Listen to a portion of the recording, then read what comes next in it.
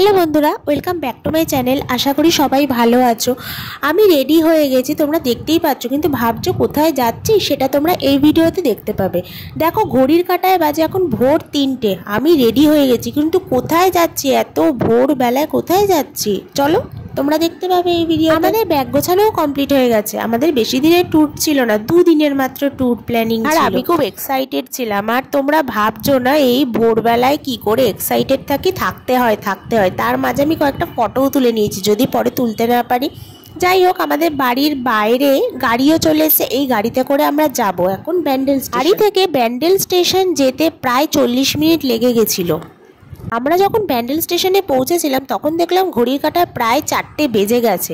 যথারীতি দেখলাম ট্রেনও চলে এসছে আমাদের, তাই দৌড়তে দৌড়তে ট্রেনে উঠে পড়তে হলো। আর চোখে ভীষণই ঘুম ছিল, এতটাই ঘুম ছিল যে আমি তাকাতে পারছিলাম না, তাই আমি আবার ঘুমিয়েও পড়েছি ট্রেনের মধ্যে। যাই হোক, ট্রেন থেকে নেমে আমরা হাওড়া স্টেশনে চলে এসেছি। কাটায় তখন বাজে ভোর 5:30। তখন আমরা হাওড়া স্টেশনে ওয়েট করছি যে কখন ট্রেন আসবে।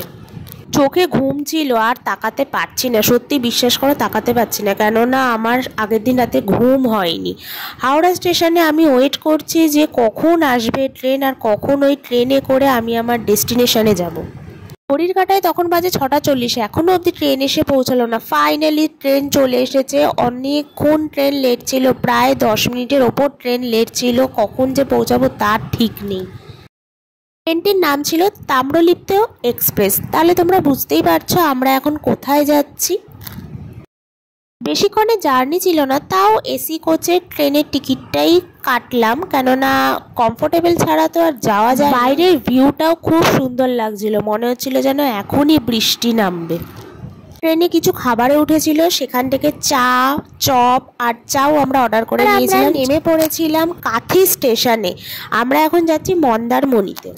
আমরা যখন কাঁথি স্টেশনে নামলাম দেখলাম আকাশ কালো করে পুরো বৃষ্টি নেমে গেল। আমরা প্রায় ওখানে 10 মিনিটের ওভার আমরা দাঁড়িয়েছিলাম। 10 মিনিট দাঁড়িয়ে থাকার পর যখন বৃষ্টি কমে গেল, তারপরে আমরা গাড়ি করে যাব আমাদের গন্তব্যস্থলের দিকে। যখন আমরা যাচ্ছিলাম বাইরের প্রকৃতিটা যেন ভীষণই সুন্দর লাগছিল। সত্যি কথা বলতে বলে বোঝাতে পারবো না, এতটাই সুন্দর লাগছিল যে নীল আকাশে সাদা সাদা মেঘ ভেসে বেড়াচ্ছে, আর তার মধ্যে এরকম একটা সুন্দর সবুজ ঘেরা জায়গাও ছিল। এই ভিডিওটা এখানেই এন্ড করলাম। প্রচণ্ড ক্লান্ত হয়ে গেছি, টাটা। নিয়ে আসছি খুব শিগগিরই পার্ট 2।